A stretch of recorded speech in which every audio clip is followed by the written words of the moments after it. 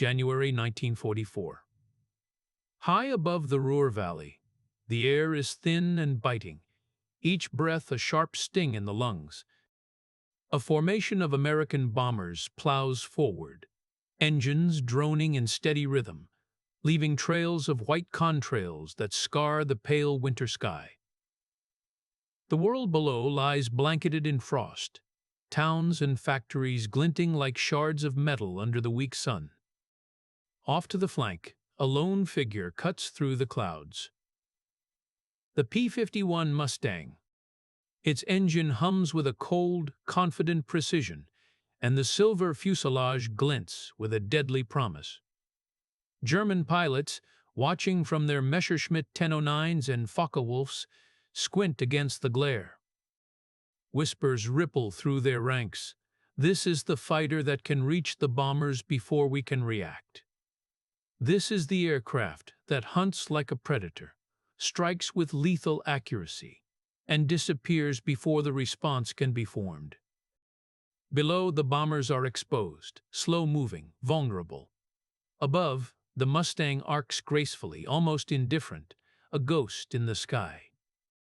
And in that moment, every German pilot realizes, this is no ordinary foe. This is a machine built to terrorize, to dominate, and to turn the tide of the air war over Europe. The stage is set.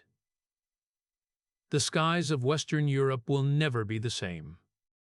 By 1943, the skies over Europe had become a brutal chessboard.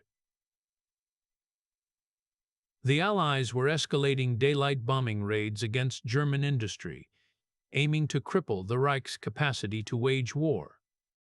The U.S. 8th Air Force pushed thousands of B-17 Flying Fortresses and B-24 Liberators toward factories, rail hubs, and oil refineries, their formations stretching for miles, a metallic river cutting through the clouds. Every mission was perilous. Bombers moved like lumbering islands in the sky, slow, exposed, vulnerable. For the Luftwaffe, the challenge was immediate. Germany's top fighter units, the Messerschmitt, Bf-29s, and Focke-Wulf Fu-90s, were fast, agile, and deadly in close combat. Pilots like Adolf Galland and Werner Mulders had honed their craft in earlier campaigns, carving reputations that instilled fear among Allied airmen. Yet, by 1943, cracks were forming. Allied bombers flew at ever higher altitudes, their formations increasingly defended by long-range escort fighters. The Luftwaffe's traditional tactics, intercept, outmaneuver, shoot, were beginning to falter against the scale and depth of the Allied air campaign. Technology had also begun to favor the Allies. Radar and radio coordination allowed bomber streams to navigate and protect themselves more effectively. German fighters often intercepted the bombers too late, or in insufficient numbers, and losses began to mount. Even elite Luftwaffe pilots reported frustration. A single missed interception meant hundreds of bombers could strike crucial industrial targets. The Reich's air defenses, formidable in theory, were straining under pressure. Long-range escort fighters had been a glaring gap in the U.S. arsenal. Earlier fighters like the P-38 Lightning and P-47 Thunderbolt were fast and well-armed, but their operational range left bombers exposed over central Germany. Once the formation crossed beyond enemy territory, the fighters had to turn back, leaving the bombers to face the Luftwaffe alone. American commanders understood the cost. Bomber crews were dying at alarming rates, morale was slipping, and the strategic bombing campaign risked faltering. In response, the Allies commissioned a new fighter, one designed to escort bombers deep into enemy territory, combine speed with maneuverability, and dominate the skies. North American Aviation, a company known for innovation but new to military aircraft of this scale, took the challenge. The result would become the P-51 Mustang, a plane that would not only change the air war, but redefine what was possible for a fighter aircraft. The Luftwaffe, meanwhile, remained confident. Messerschmitt and Focke-Wulf engineers had produced aircraft optimized for European conditions, and veteran pilots believed skill and experience could overcome any mechanical threat. Yet intelligence reports began to hint at a new danger: an American fighter that could match German performance, reach bombers in the heart of the Reich, and retreat without suffering the attrition that had defined earlier engagements. It was against this backdrop, rapidly advancing Allied strategy, technological innovation, and the strains on Germany's once dominant air force, that the P-51 would enter the theater. Its arrival was more than an addition of another aircraft. It represented a fundamental shift in the balance of aerial power over Europe. The stage was set for confrontation. German pilots would soon discover that the skies they once ruled were about to become a hunting ground for a new predator, a fighter built to strike fear into even the most seasoned aviators. The story of the P-51 Mustang began not in the skies over Europe, but in the design offices of North American Aviation in Inglewood, California. Tasked in 1940 with producing a fighter for the British Royal Air Force, North American engineers moved quickly, leveraging aerodynamic innovations and a lightweight airframe. The prototype, NA-730X, first took flight in October 1940, revealing a sleek, barrel-chested silhouette that promised both speed and maneuverability. Yet the early model, powered by an Allison engine, excelled only at low altitudes, leaving European planners hungry for more. The breakthrough came in 1942 with the installation of the Rolls-Royce Merlin engine, a British marvel adapted for the Mustang airframe. Suddenly, the P-51 gained the ability to climb higher, fly faster, and outmaneuver the Luftwaffe's Bf-10Is and Fu-190s at altitudes where Allied bombers operated. Its operational range expanded dramatically, allowing escorts to accompany formations all the way to Berlin and back. The combination of fuel efficiency, high-altitude performance, and speed gave the Mustang a unique edge. It could reach enemy territory before German fighters could intercept, strike decisively, and return safely. Armament was equally formidable. The P-51 carried 6.5T caliber Browning machine guns, each capable of shredding bomber wings and disabling enemy fighters with a single burst. Coupled with the latest Mark II Gyro Gunsights, pilots could calculate lead angles and predict trajectories with unprecedented accuracy. Combat reports would later highlight how these tools made the Mustang a predator against both aircraft and pilot alike, turning even experienced Luftwaffe aviators into targets. Initial deployment in late 1943 and early 1944 showcased the Mustang's potential. The first American units flying the P-51B and C models joined bomber formations over France and Germany, immediately extending escort coverage deep into enemy airspace. American pilots praised its responsiveness, range, and the confidence it inspired. One pilot wrote in his diary, "For the first time, we can fly to Berlin without looking over our shoulders."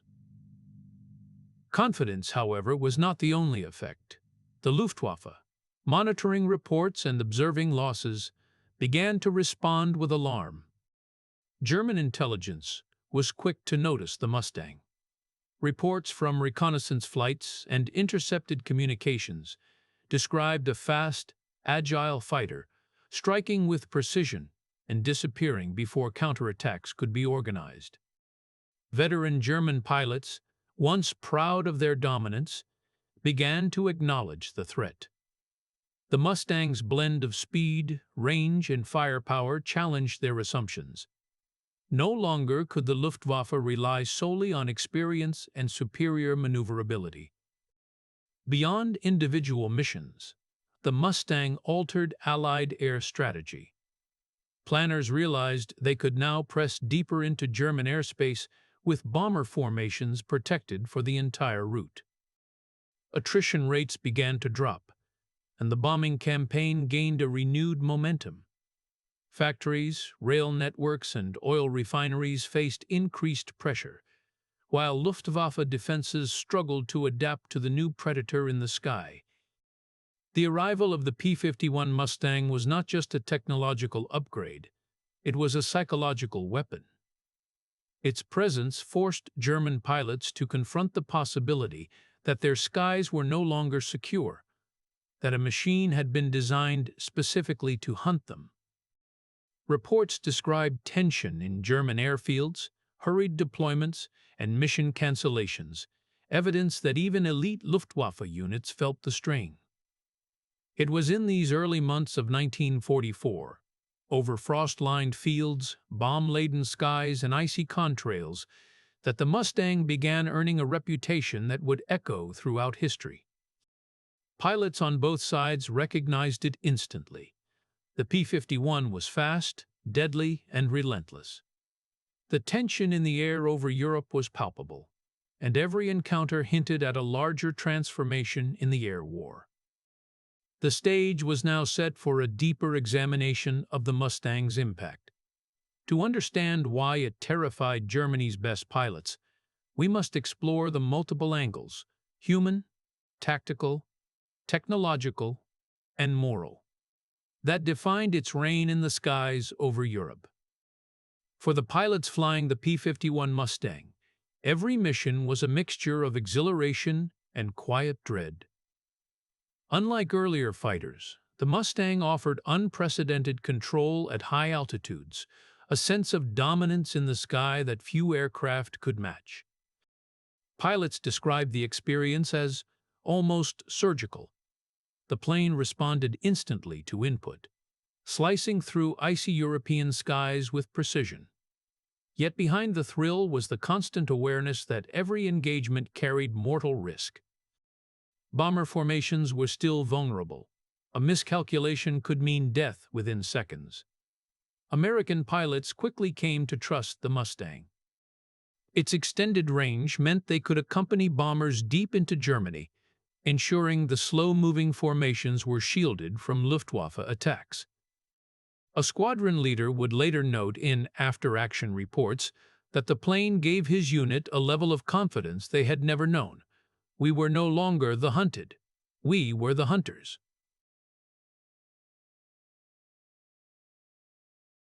Mustang pilots could choose their engagements, dictate altitude, and strike targets with accuracy. This autonomy transformed morale, turning fear into strategic advantage. On the other side, German pilots were experiencing a starkly different reality. Veteran Luftwaffe aviators, accustomed to controlling the airspace over Europe, began encountering a new, almost impossible adversary. The Mustang's performance at high altitudes, combined with its range, meant it could appear almost anywhere in a bomber formation and vanish just as quickly.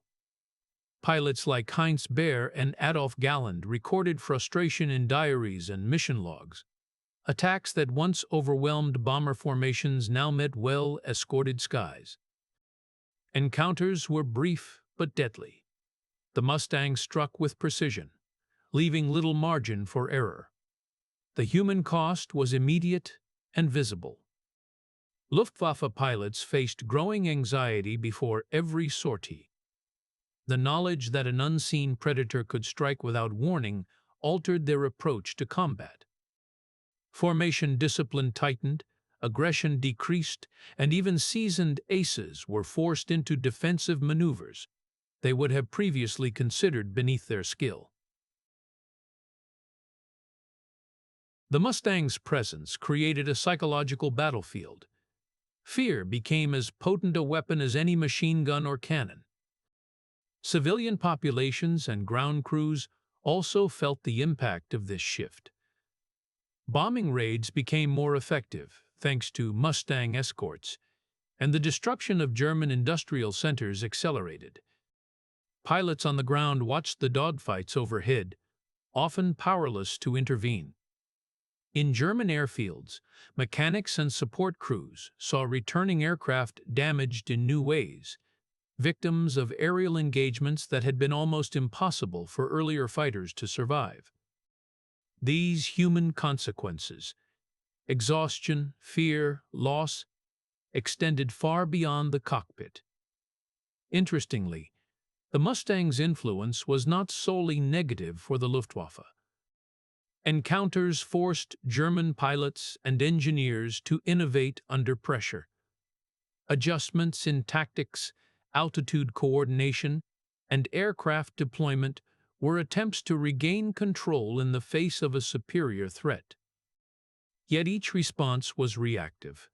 The Mustang dictated the pace and nature of aerial combat. Reports from both sides underscore the human dimension of air warfare.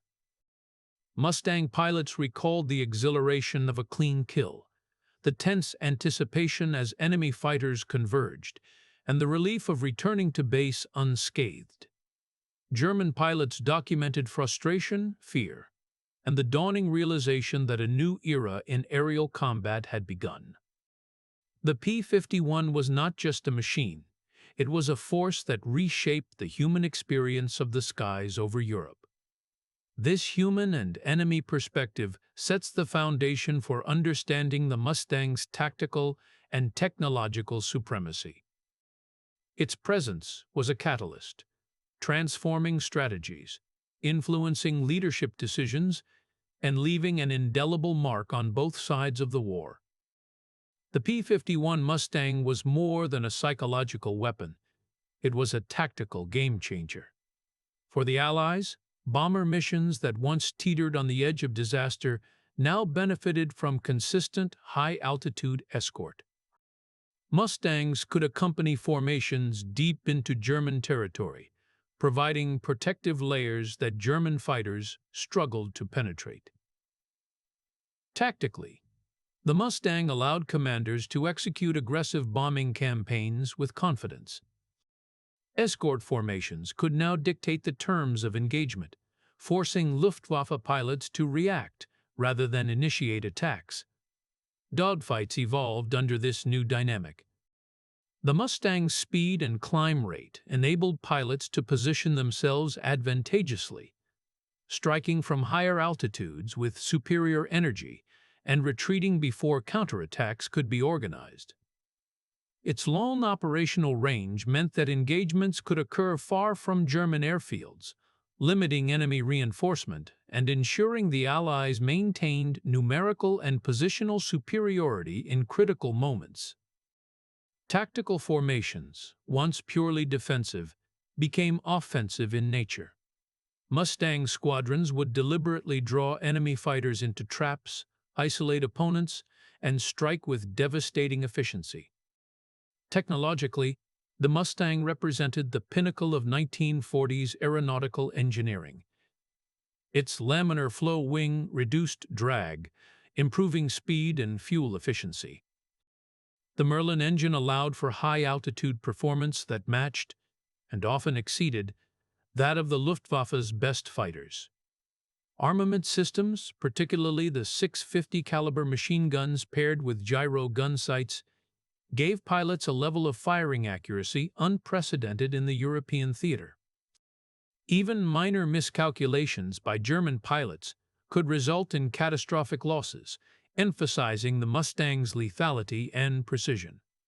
Leadership decisions were equally influenced by the Mustang's capabilities. American commanders began planning missions with the assurance that bombers could be protected to targets deep inside Germany. This shifted strategic priorities, enabling raids on vital industrial regions previously considered too risky. Leaders in the Luftwaffe, confronted with mounting losses, faced difficult choices: conserve veteran pilots, redistribute forces, or attempt desperate countermeasures with increasingly inadequate resources. These decisions, often reactive, highlighted the asymmetric advantage the Mustang provided. The Mustang's influence extended to pilot training and doctrine. Both Allied and German forces adapted their methods in response to the new realities of air combat. Allied pilots learned to leverage speed, altitude, and formation tactics to maximize Mustang effectiveness. The Luftwaffe, conversely, struggled to revise dogfighting principles against an aircraft that consistently outperformed theirs at long range. The Mustang dictated not only who fought, but how they fought. Finally, the moral and symbolic dimension cannot be ignored. For Allied aircrews, the Mustang became a symbol of technological ingenuity and personal protection, a reassurance that survival and mission success were now achievable. For German pilots, it was a source of frustration and fear, a tangible embodiment of an enemy that had closed the gap in aviation technology while exploiting every weakness of their existing aircraft. Letters, diaries, and intelligence reports reveal a recurring theme. The Mustang was not merely feared for its performance, but for the profound disruption it caused in the established order of air warfare. Taken together, the tactical, technological, and leadership angles illuminate why the Mustang terrified Germany's best pilots. It was not just a matter of speed or firepower.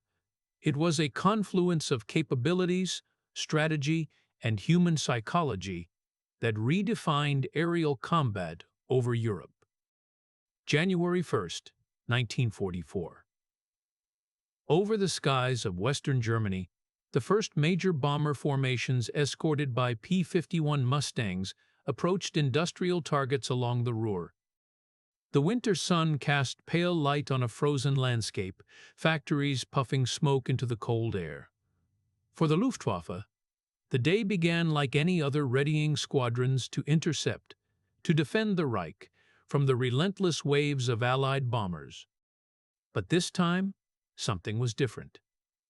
As the German radar stations picked up the approaching formations, Messerschmitt and Focke-Wulf units scrambled. Experienced pilots, some with hundreds of missions under their belts, took to the skies confident in their skill. Yet within minutes, the first P-51s appeared, not alongside the bombers, but above them, slicing through the clouds with effortless speed. The Mustang's presence was instantaneous and intimidating. It was clear the escort fighters were no longer an afterthought. They were the spearhead. Dogfights erupted almost immediately. Luftwaffe pilots attempted traditional intercepts, climbing to engage and outmaneuver their American adversaries.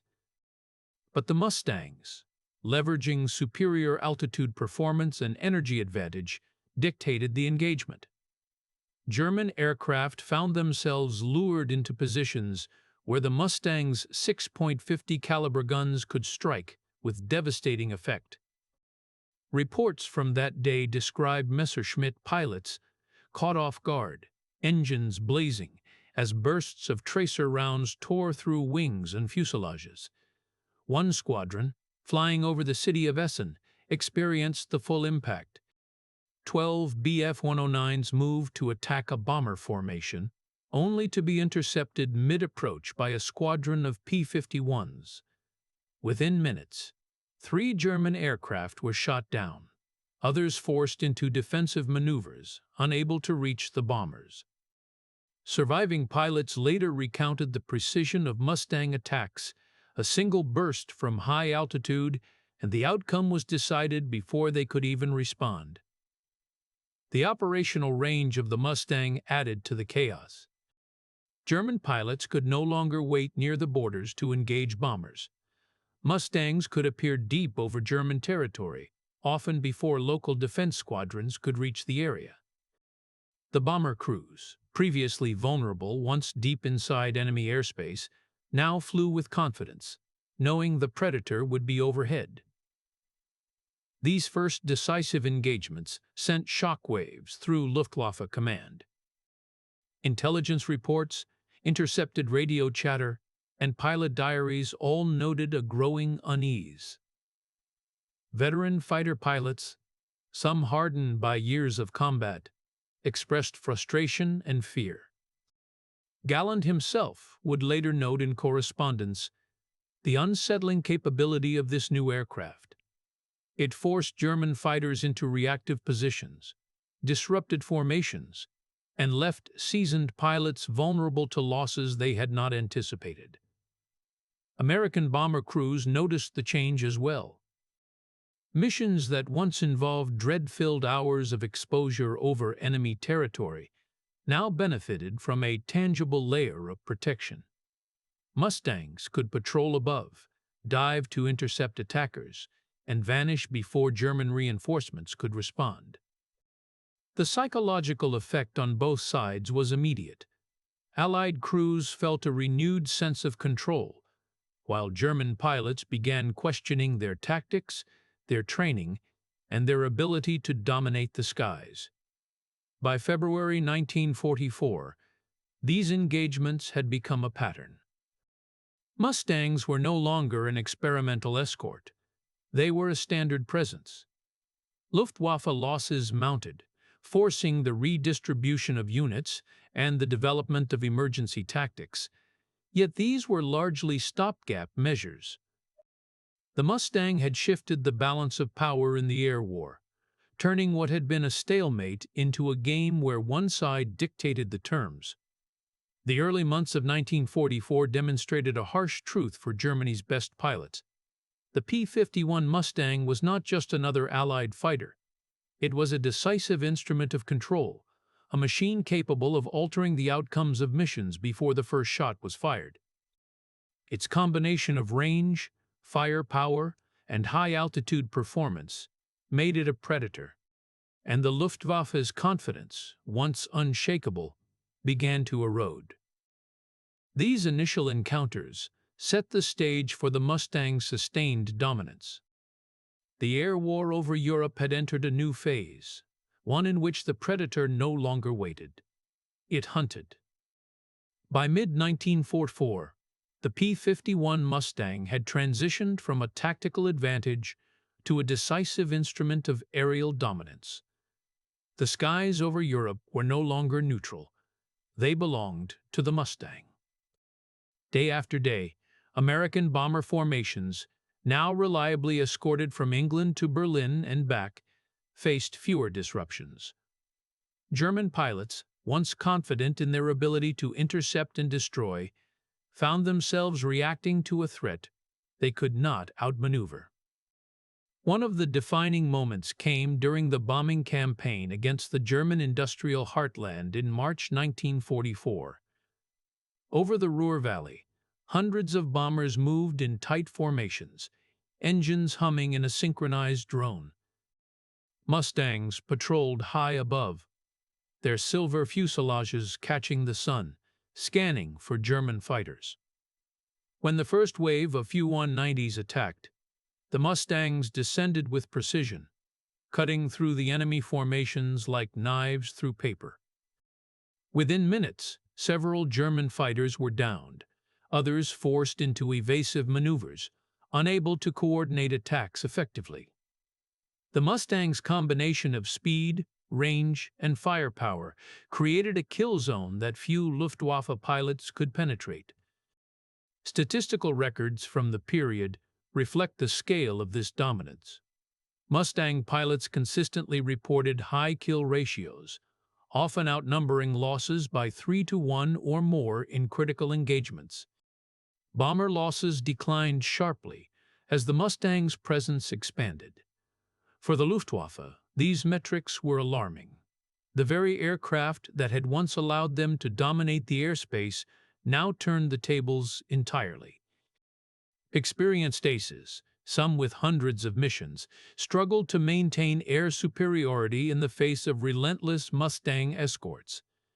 Strategically, the Mustang forced a reallocation of Luftwaffe resources. Elite fighter units were pulled from other fronts to defend the Reich skies.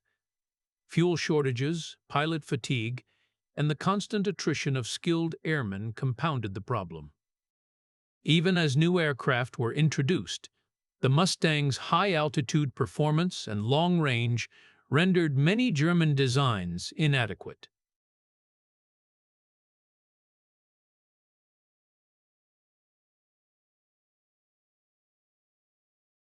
The psychological effect on German pilots was profound.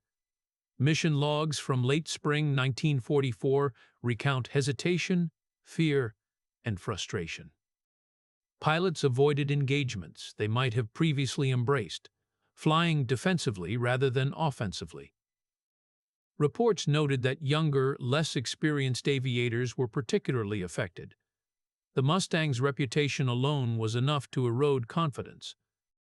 By contrast, American pilots grew increasingly aggressive, confident that their aircraft and tactics provided both safety and lethality. Beyond the individual missions, the Mustang reshaped the air war's rhythm. Escorts could now maintain continuous coverage, allowing bombers to penetrate deeper into German territory without catastrophic losses. Luftwaffe responses became fragmented, reactive, and desperate.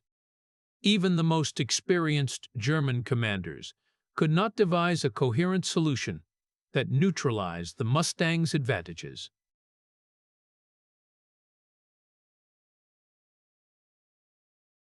Raids on Berlin. The aircraft's range ensured that bomber formations were almost untouchable by the time they reached the city's outskirts. German resistance, though fierce in isolated encounters, was systematically dismantled. Veteran Luftwaffe pilots wrote of the Mustang as a ghost in the sky, appearing suddenly, striking decisively, and vanishing before pursuit could be mounted. Its presence altered mission planning, morale, and ultimately, the outcome of the European air war. By the time of the Normandy invasion in June 1944, the P-51 Mustang had firmly established itself not just as a fighter, but as a symbol of American air power. It forced the Luftwaffe onto the defensive, protected vital bombing campaigns, and changed the very calculus of aerial engagement. For Germany's best pilots, the realization was unavoidable. The Mustang had shifted the balance of power, and the skies they once dominated were now a hunting ground for an unstoppable adversary. The decisive engagements and sustained dominance of the P-51 Mustang directly led to profound consequences in both strategy and morale, setting the stage for the aftermath, where we examine the tangible and psychological effects of this aerial revolution.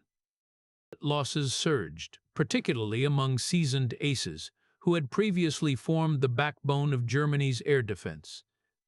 Entire squadrons were depleted, with veteran airmen killed, captured, or wounded in encounters with the P-51. Reports from Luftwaffe units highlighted the psychological toll. Fear, fatigue, and frustration became daily companions for pilots who had once flown with near-impervious confidence.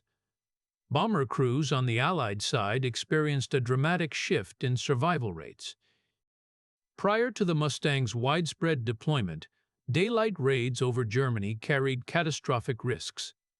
B-17 and B-24 formations often lost dozens of aircraft per mission, and crews faced the constant threat of being shot down far from friendly lines. With Mustang escorts providing high-altitude protection, losses declined significantly. Pilots recalled the relief of knowing that the sky above them was patrolled by a machine capable of intercepting any German fighter attempting to strike. Morale soared, and missions became more focused on objectives rather than mere survival. Strategically, the Mustang's presence reshaped the air war. Allied commanders could now plan raids deep into German territory with confidence. Industrial targets, previously shielded by long-range Luftwaffe fighters, were increasingly vulnerable. Oil refineries, aircraft factories, and transportation hubs suffered extensive damage, accelerating the collapse of Germany's logistical and manufacturing networks. American intelligence reports noted the cumulative effect. The Reich's capacity to replenish both aircraft and pilots was under severe strain, undermining its ability to contest the airspace. German leadership scrambled to respond. Units were shifted from secondary theaters to defend the Reich, but the Mustang's operational range meant that even elite squadrons were often outpaced or outmaneuvered. Fuel shortages and dwindling pilot experience further limited the Luftwaffe's ability to mount effective resistance. Attempts to introduce new aircraft, such as the Fu-90D Dora or Me-262 jet fighters, were too little, too late. They could not offset the Mustang's immediate impact on operational dominance. The psychological ripple extended beyond the cockpit. Ground crews, mechanics, and command staff felt the strain of continuous losses. Airfields were increasingly vulnerable, and the constant pace of operations, combined with the unpredictable and lethal Mustang, strained resources and morale.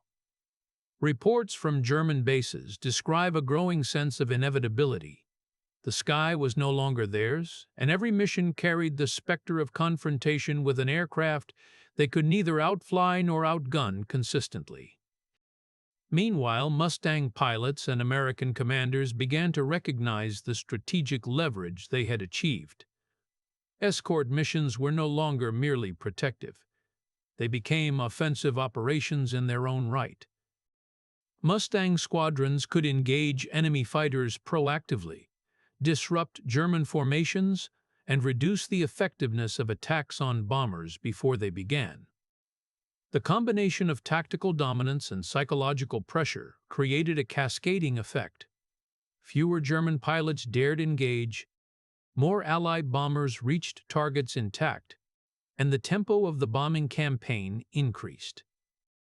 By the end of 1944, the immediate impact of the P-51 Mustang was unmistakable. It had reshaped the air war over Europe, reduced bomber losses, forced the Luftwaffe into reactive strategies, and instilled both confidence and fear in those who flew and fought beneath it. The Mustang was no longer a tool of incremental advantage. It had become a decisive factor in the Allied campaign for air supremacy. The long-term consequences of the P-51 Mustang's deployment extended far beyond the immediate losses suffered by the Luftwaffe. By late 1944 and into 1945, the Mustang had fundamentally shifted the balance of power in the European air war, influencing strategy, technology, and the psychology of both sides.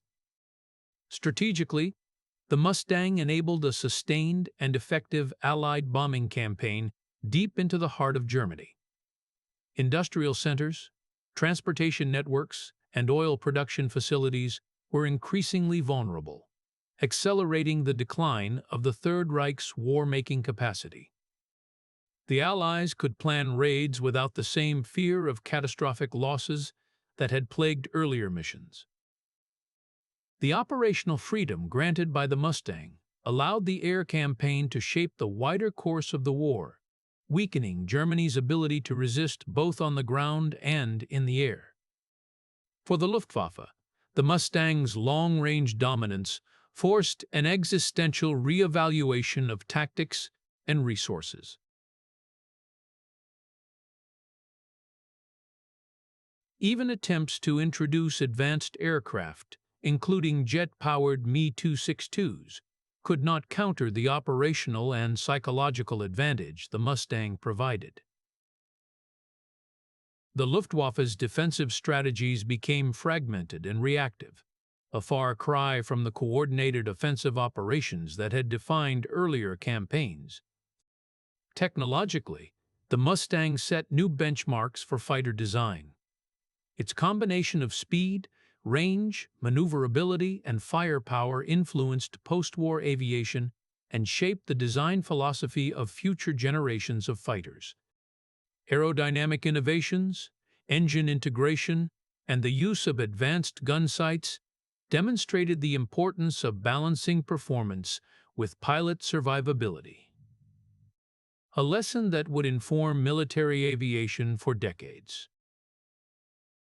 The Mustang was a demonstration of how engineering could decisively affect both tactical outcomes and the broader course of war. The psychological and moral effects of the Mustang were equally significant. German pilots' fear of engaging Mustangs eroded morale and diminished aggressiveness, even among the most skilled veterans. For Allied aircrews, the Mustang was a symbol of technological supremacy and personal protection. The presence of the aircraft changed not only how missions were flown, but how pilots conceived of survival and victory. Letters, diaries, and post-war memoirs consistently reflect the Mustang's dual role as both a lethal weapon and a morale multiplier. Civilians, too, were indirectly affected. The Mustang's ability to protect bombers meant more successful raids on infrastructure critical to the German war effort. Cities, factories, and transportation hubs suffered cumulative damage, hastening the collapse of Germany's economy and the logistical network sustaining the Wehrmacht. The Mustang, in essence, became a force multiplier, extending the effectiveness of Allied operations across multiple theaters. By the spring of 1945, the consequences were undeniable. The Luftwaffe's air defense capabilities had been systematically dismantled. Experienced pilots were lost, aircraft were depleted, and morale had plummeted. The P-51 Mustang had achieved more than air superiority. It had reshaped the strategic, technological, and psychological landscape of the European war. The aircraft that first appeared in January 1944 as a long-range escort had become a decisive instrument in the ultimate defeat of the Reich. The Mustang's legacy extended beyond victory. It demonstrated how innovation, strategy, and human skill could combine to decisively influence the course of history. Its presence in the skies over Europe not only ended Germany's dominance in the air, but set a standard for modern aerial warfare that would resonate for decades. The immediate and long-term consequences of the Mustang now give way to reflection. As we consider what this aircraft symbolized for humanity, technology, and the nature of warfare. The P-51 Mustang was more than a machine. It was a revelation. In the icy skies over Europe, it transformed fear into dominance, uncertainty into strategy, and vulnerability into control. Pilots on both sides experienced its presence not just as a technological challenge, but as a psychological force. For the Luftwaffe, the Mustang was a relentless predator, an aircraft that could strike without warning and vanish before retaliation. For the Allies, it was a guardian, a symbol of ingenuity and survival, and a tool that allowed humanity to assert mastery over the chaos of war. Its legacy is measured not only in destroyed aircraft or bomber survival rates, but in the transformation of air warfare itself. The Mustang demonstrated that engineering, when combined with tactical innovation and skilled leadership, could shift the balance of power. It redefined the role of the fighter, no longer merely a tool of escort or interception, but a decisive instrument capable of shaping the very outcome of conflict. Beyond strategy and statistics, the P-51 Mustang represents human ambition and resilience. Designers, engineers, and pilots all contributed to its success, each element intertwining to produce a machine that could alter the course of history. Its story reminds us that technological ingenuity and human courage are inseparable in war, that machines are extensions of human will, and their impact is measured by both skill and vision. As the Mustang soared over Europe, it left an imprint on history far larger than its wingspan. It was a turning point, a silent witness to the courage, fear, and determination of those who flew beneath it. Today, the image of the Mustang cutting through the sky remains iconic, a reminder of the heights of human innovation, the stakes of global conflict, and the enduring truth that in war, the balance of power can shift in an instant, often carried on silver wings glinting in the sunlight. The P-51 Mustang, feared by Germany's best pilots, celebrated by its allies, endures not just as a fighter aircraft, but as a symbol of mastery over the skies, a testament to the lethal precision, resilience, and vision that defined the air war over Europe.